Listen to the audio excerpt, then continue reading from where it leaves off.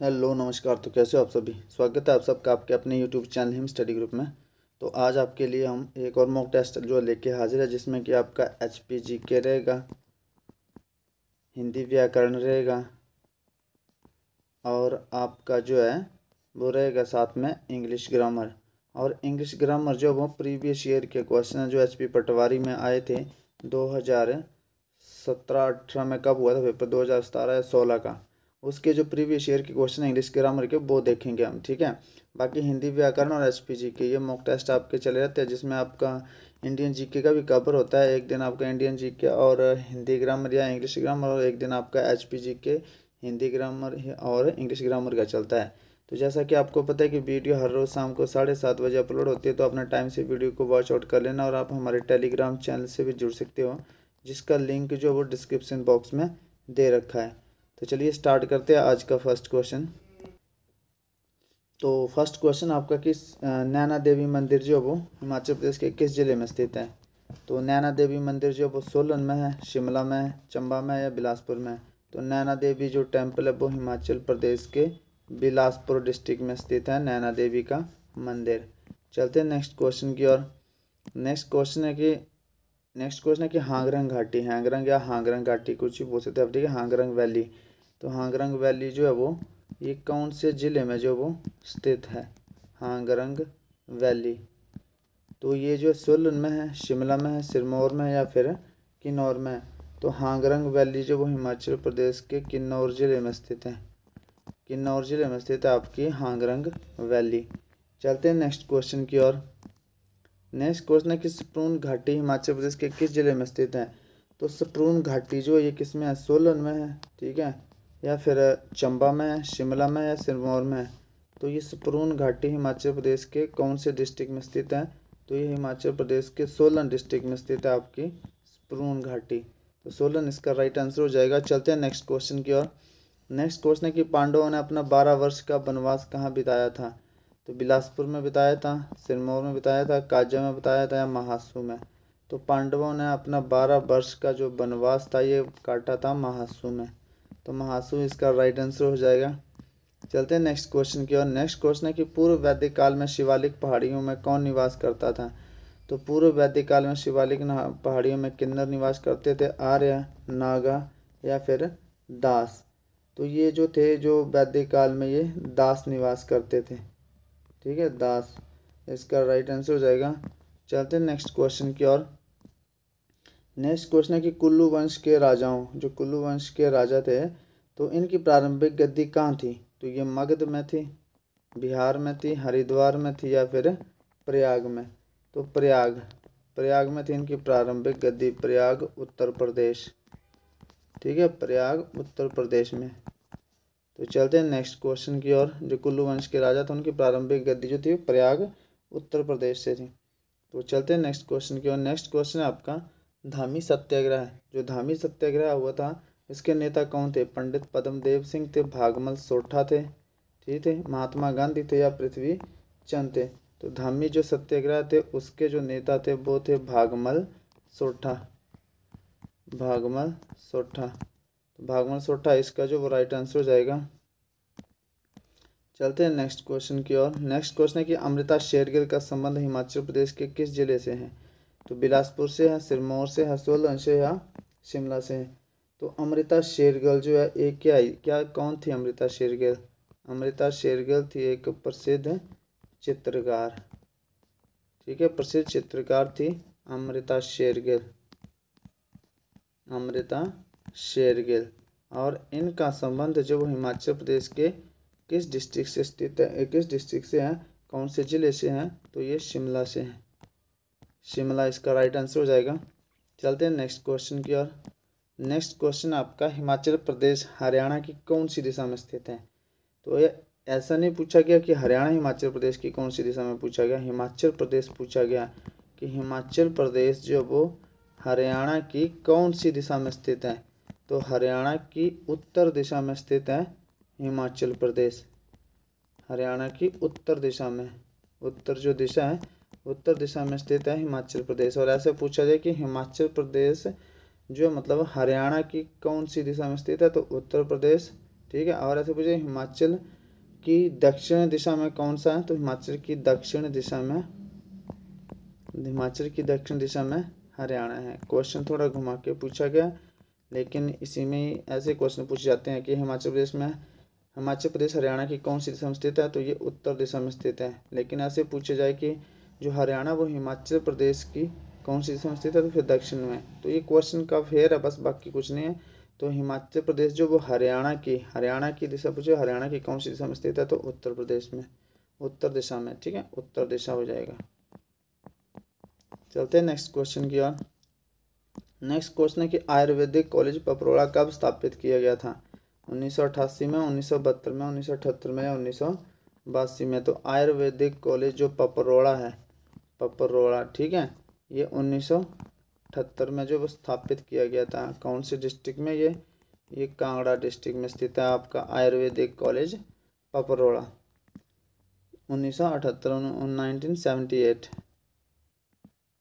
चलते हैं next question की ओर।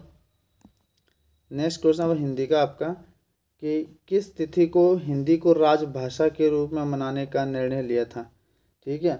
तो हिंदी को राजभाषा के रूप में मनाने का निर्णय कौन सी तिथि को जो वो लिया है। सबसे पहले हिंदी क्या है, हिंदी जो हमारी एक राजभाषा है, ठीक है, हिंदी एक राजभाषा है। और कब इसको जो मतलब हिंदी जो मतलब राजभाषा के रूप में मनाने का निर्णय लिया था, तो ये लिया था 14 सितंबर को,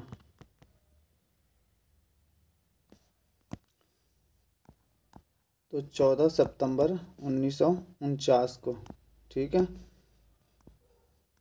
14 सितंबर 1949 को जो हिंदी को राजभाषा के रूप में जो वो मनाने का निर्णय लिया गया था। और अनुच्छेद कौन सा, हिंदी एक राजभाषा, ये कौन से अनुच्छेद में कहा गया था, तो ये भी मोस्ट इम्पोर्टेंट है। तो अनुच्छेद भी आपको पता होना चाहिए। अनुच्छेद जो आपका 343 के तहत जो हिंदी को जो वो एक राजभाषा माना गया, ठीक है, हिंदी एक राजभाषा के रूप में अनुच्छेद 343 और 14 सितंबर 1949 को जो वह हिंदी को जो वो राजभाषा के रूप में अपनाया गया था। और राजकीय हिंदी दिवस जो मतलब हिंदी दिवस कब मनाया था, 14 सितंबर को। और अंतर्राष्ट्रीय हिंदी दिवस मनाया था आपका 10 जनवरी को। अंतर्राष्ट्रीय हिंदी दिवस आपका मनाया था 10 जनवरी को, इंटरनेशनल हिंदी डे। तो इसका राइट आंसर हो जाएगा 14 सितंबर 1949। 14 सितंबर 1949 को जो हिंदी को राजभाषा के रूप में मनाने का निर्णय लिया गया था। चलते हैं नेक्स्ट क्वेश्चन की ओर। नेक्स्ट क्वेश्चन है कि भाषा निर्माण की सही इकाई है क्या है, तो भाषा निर्माण की सही इकाई, तो सबसे पहले आती है ध्वनि, ठीक है, फिर आता है वर्ण, फिर आता है आपका शब्द, फिर आता है आपका पद, और फिर आता है आपका वाक्य। तो ये रॉन्ग आ जाएगा, ये भी रॉन्ग हो जाएगा। तो फिर ये ध्वनि वाला स्टार्ट है, ठीक है, वर्ण दिया नहीं है, कोई बात नहीं, अगर वर्ण नहीं दिया है तो ध्वनि शब्द पद और वाक्य आ जाएगा, ध्वनि शब्द पद और वाक्य जो इसका राइट आंसर हो जाएगा। ये जो है वो भाषा निर्माण की इकाई है। सबसे पहले आपकी ध्वनि आती है, फिर उसके बाद वर्ण आएगा, वर्ण से शब्द बनेगा, शब्द से पद बनेगा, और पद से फिर एक वाक्य बनेगा। तो चलते हैं नेक्स्ट क्वेश्चन की ओर। नेक्स्ट क्वेश्चन है कि व का उच्चारण स्थान क्या है, तो व का उच्चारण स्थान वो है दंतोष्ठ। दंतोष्ठ जो वो व का उच्चारण स्थान है, तो दंतोष्ठ इसका राइट आंसर हो जाएगा। चलते हैं नेक्स्ट क्वेश्चन की ओर। नेक्स्ट क्वेश्चन आपका निम्नलिखित में से कौन सा पद जो वो निम्नलिखित में कौन सा शब्द यौगिक शब्द है, तो पंकज, जलज, पाठशाला, दिन। दिन तो एक आपका रूढ़ शब्द आ गया, ठीक है, क्योंकि इसको काट के रूढ़ शब्द वे शब्द होता है जिसका कोई भी खंड या भाग जो वो सार्थक नहीं है। अब दिन के दो शब्द नहीं बन सकते, या दी प्लस न, ऐसे कुछ नहीं होता, ठीक है। पंकज जो है ये पर्यायवाची शब्द है, पंकज और जलज ये आपके पर्यायवाची शब्द है, ठीक है, पंकज और जलज जो है ये पर्यायवाची शब्द है आपके। तो जो भी आपका पर्यायवाची शब्द होगा वो आपका किस में आएगा, वो आएगा आपका योग रूढ़ में, ठीक है। योग रूढ़ शब्द वे शब्द होते हैं जो यौगिक तो होते हैं लेकिन वो अपने अर्थ को छोड़कर किसी और की तरफ इशारा करते हैं, ठीक है। जैसे बहुब्रीहि समास होते हैं, जितने भी बहुब्रीहि समास के शब्द होंगे आपके, वो सारे आपके आएंगे योग रूढ़ में, ठीक है, समझ गए। तो पंकज और जलज ये आपके कमल के पर्यायवाची शब्द है दोनों, तो ये जो आपके योग रूढ़ में आएंगे। बाकी यौगिक शब्द, यौगिक शब्द वे शब्द होते हैं जिनके खंड या भाग सार्थक अर्थात के दिन के जो प्रॉपर शब्द बन सके, जैसे पाठशाला, तो इसके दो प्रॉपर शब्द बन जाएंगे, पाठ और शाला, दो शब्द बन जाएंगे। तो जहाँ जिसके दो प्रॉपर शब्द बन जाते हैं वो होता है आपका यौगिक शब्द, ठीक है। और जो भी आपने सिंपल से याद रखना, जो भी बहुब्रीहि समास के अंतर्गत आएगा वो आपका होगा योग रूढ़ शब्द, ठीक है। तो निम्नलिखित में कौन से शब्द आपका यौगिक है, तो पाठशाला जो आपका ये यौगिक है। चलते हैं नेक्स्ट क्वेश्चन की ओर। नेक्स्ट क्वेश्चन है कि प्रतिदिन में कौन सा समास है, तो प्रतिदिन तो अव्ययीभाव समास हो जाएगा, बहुब्रीहि समास हो जाएगा, तत्पुरुष समास या द्वंद्व।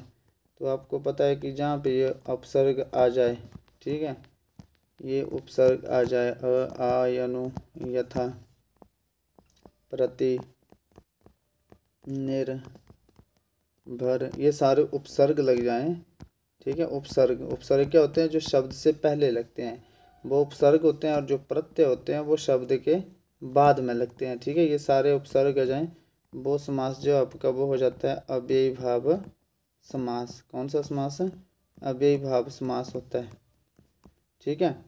तो प्रतिदिन में कौन सा समास हो जाएगा, अव्ययीभाव समास हो जाएगा प्रतिदिन में, प्रति इसमें उपसर्ग आ गया।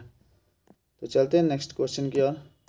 नेक्स्ट क्वेश्चन है आपका इंग्लिश का सेशन, ये प्रीवियस ईयर से रिलेटेड है, सारे जितने भी आपका इंग्लिश का सेशन होगा जो प्रीवियस ईयर में आ रखे हैं, जैसे 19 में आ रखा है, उसमें उसके बाद उसके होंगे याद 2016 के होंगे शायद, तो प्रीवियस ईयर के क्वेश्चन इंग्लिश के वही हम डिस्कस करेंगे पटवारी की। फर्स्ट क्वेश्चन है कि can you bring me books I left in the garden. अच्छा, इसका कंसेप्ट आपने ध्यान से समझना है, दिस दैट, ठीक है। सेकंड है दीज और दोज, ठीक है। तो दिस जो है ये नज़दीक, नज़दीक की सिंगुलर चीज़ों के लिए यूज किया जाता है, ठीक है। नियर बाय, नियर बाय कौन, सिंगुलर, नज़दीक की सिंगुलर चीज़ों के लिए। और दैट ये दूर की सिंगुलर चीज़ों के लिए, फार जो दूर की सिंगुलर चीज़ों के लिए, पास सिंगुलर ही होगा, ठीक है। अब दीज क्या है, ये आपकी नियर की प्लूरल, नियर की प्लूरल चीज़ों के लिए यूज़ किया जाता है। और दोज क्या है, ये दूर की प्लूरल चीज़ों के लिए यूज़ किया जाता है, ठीक है। दिस दैट सिंगुलर में, दोज दीज किसके लिए, प्लूरल में। दिस नज़दीक की सिंगुलर चीज़ों के लिए, दैट दूर की सिंगुलर चीज़ों के लिए। दीज प्लूरल है, ये नज़दीक की सिंगुलर चीज़ों के लिए, और दोज दूर की प्लूरल चीज़ों के लिए। अच्छा, यहाँ पे क्या बोला है, can you bring me books I left in the garden, बोला कि आप मुझे वो किताबें ला सकते हैं जो मैं गार्डन में जो हूँ भूल गया हूँ, ठीक है। कैन यू ब्रिंग मी उन बुक्स, बुक्स क्या आपका प्लूरल ला रखा है, तो जो गार्डन में जो भूल गया हूँ, गार्डन में कहीं दूर है, ठीक है, तो क्या हो जाएगा दोज, दोज दूर की प्लूरल चीज़ों के लिए, ठीक है। दोज जो होता है दूर की प्लूरल चीज़ों के लिए। Can you bring me those books, ठीक है, I left in the garden, that I left in the garden, जो मैं गार्डन में भूल गया हूँ, जो मैं गार्डन में भूल गया हूँ उन किताबों को ला सकते हो, तो दूर की बात हो रही है तो दोज यूज़ करेंगे। चलते हैं नेक्स्ट क्वेश्चन की ओर। नेक्स्ट क्वेश्चन है the football team travelled in, ठीक है, इन आ जाएगा, फ्रॉम आ जाएगा, बाय आ जाएगा, ऑन। तो ट्रैवल्ड, तो ट्रैवल के साथ बाय आता है, ठीक है। The football team travelled by train. चलते हैं नेक्स्ट क्वेश्चन की ओर।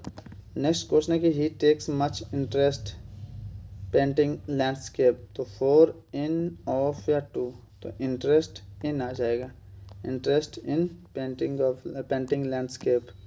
चलते हैं नेक्स्ट क्वेश्चन की ओर। नेक्स्ट क्वेश्चन है कि व्हाट यू बिजी यस्टरडे, अब यहाँ पे कौन सा फिलिंग द ब्लैंक्स भर जाएगा, कीप्स भर जाएगा, विल केप्ट, केप्ट या फिर इज कीपिंग।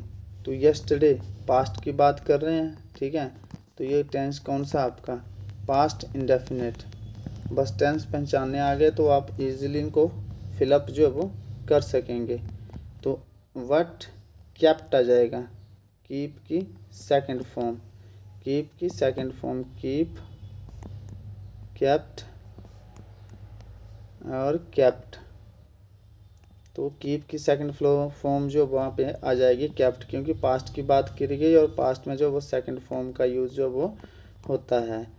कि आपको कैसे पता लगा कि पास्ट की बात हो रही है? यस्टरडे से पता लगा आपको कि ये पास्ट की बात हो रही है। What kept you busy yesterday, क्या पिछले कल तुम बिजी थे? चलते हैं नेक्स्ट क्वेश्चन की ओर। नेक्स्ट क्वेश्चन है कि Ravi has been in Delhi since he was 5 years old. तो रवि हैज़ बीन क्या आ जाएगा? आपको पता है कि कौन सा सेंटेंस है ये? प्रेजेंट परफेक्ट और कंटिन्यूस का टेंस है, ठीक है। तो इसमें क्या आ जाएगा? वर्ब की फोर्थ फॉर्म आ जाएगी स्टेइंग, STAYING, ठीक है, staying. Ravi has been staying in Delhi since he was 5 years old. जब वह 5 साल का है तब से वो दिल्ली में रह रहा है। चलते हैं नेक्स्ट क्वेश्चन की ओर। नेक्स्ट क्वेश्चन है कि we are travelling on Wednesday dash or not. क्या भरा जाएगा यहाँ पर? इफ़ भरा जाएगा, थ्रू भरा जाएगा, वेदर भरा जाएगा, सिंस। तो आपको पता है कि और का कंसेप्ट किससे बनता है? वेदर से बनता है। वेदर से साथ और का कंसेप्ट बनता है, ठीक है। तो यहाँ पे वेदर आ जाएगा, WHEATHER। We are living on Wednesday whether or not it rain. आगे रेन था शायद, इसमें बारिश हो ना हो। We are living on Wednesday, यहाँ पे लिविंग आ जाएगा। ये लिविंग रहना नहीं, ये लिविंग छोड़ने वाला, LEAVING, लिविंग ये वाला आएगा, ठीक है। We are living on Wednesday, हम वेडनेसडे को जो वो निकल जाएंगे, चाहे बारिश हो या ना हो या ना हो। तो ये वाला लिविंग आ जाएगा, छोड़ने वाला, ये होता है रहने वाला, ठीक है। तो we are living on Wednesday whether or not it rain, चाहे बारिश हो या ना हो। तो यहाँ पे वेदर आ जाएगा। आपको सिर्फ इतना सा कंसेप्ट याद रखना कि वेदर के अगर और आ जाए तो और के साथ आपका वेदर हो, वो वेदर फॉलो होता है। चलते हैं नेक्स्ट क्वेश्चन की और। नेक्स्ट क्वेश्चन है ही डील्स स्टेशनरी। तो डील्स इन होता है बिजनेस करना, व्यापार करना, ठीक है। और डील्स विद होता है व्यवहार करना किसी के साथ, ठीक है। तो यहाँ पे क्या व्यापार की बात हो रही है, स्टेशनरी होती है किताबों की दुकान, ठीक है। तो ही डील्स इन स्टेशनरी, वह जो वो किताबों का व्यापार करता है, किताबों की दुकान है उसकी, इसका मतलब कि ही डील्स इन स्टेशनरी। चलते हैं नेक्स्ट क्वेश्चन की ओर। The tiger was killed dash the hunter. जब किसी पर्सन के द्वारा किसी चीज़ को मारा जाता है, ठीक है, तो बाय यूज़ करते हैं। और जब किसी इंस्ट्रूमेंट के द्वारा किसी चीज़ को मारा जाता है तो आप विद का यूज़ जो वो करते हैं। The tiger was killed killed by Hunter, क्योंकि शिकारी के द्वारा मारा गया ना, तो killed by Hunter with knife, ठीक है। नाइफ से तो आपका टाइगर नहीं मरने वाला, पर एक समझाने के लिए बोल रहे हैं कि मतलब विद नाइफ, ठीक है। तो विद इंस्ट्रूमेंट के लिए यूज किया जाता है, और इंसानों के द्वारा किसी चीज़ को मारा जाए तो बाय का। The tiger was killed by Hunter. चलते हैं नेक्स्ट क्वेश्चन की और। नेक्स्ट क्वेश्चन आपका कि he is dash one eyed person. तो वन ए की साउंड आ रही है, व की साउंड आ रही है, तो व की साउंड आ रही है तो आर्टिकल ए आप जो वो फिल करेंगे, he is a one eyed person. चलते हैं नेक्स्ट क्वेश्चन की और। नेक्स्ट क्वेश्चन आपका I love my book so much that I can't part with them. I can't part with them. अब यहाँ पे थोड़ा सा ध्यान रखेंगे, पार्ट के साथ विद भी यूज़ होता है और पार्ट के साथ फ्रॉम भी यूज़ होता है, ठीक है।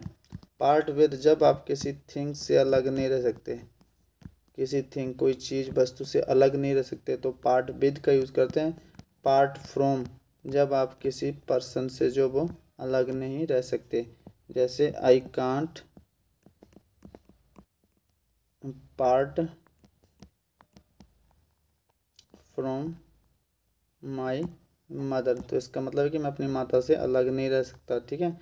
तो पर्सन के लिए पार्ट फ्रॉम और थिंग्स के लिए पार्ट विद का यूज़ आप जो वो करेंगे। तो ये था आपका आज का सेशन। 25 क्वेश्चन थे। 25 क्वेश्चन में से आपका स्कोर कितना था अपने कमेंट सेक्शन में कमेंट करके जरूर बताना है। तो मिलते हैं नेक्स्ट सेशन में, तब तक के लिए जय हिंद जय भारत।